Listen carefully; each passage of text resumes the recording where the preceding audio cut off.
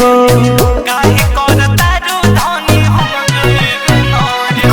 से बिले बोला मरवा बनी हैंडसम बाजार हुआ से लेवे खातिर आए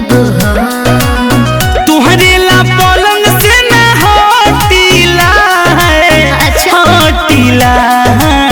रगने के काट आंसू बड़ा दाढ़िया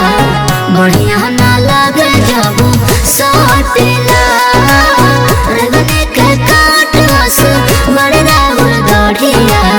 बढ़िया ना लगे जब साटीला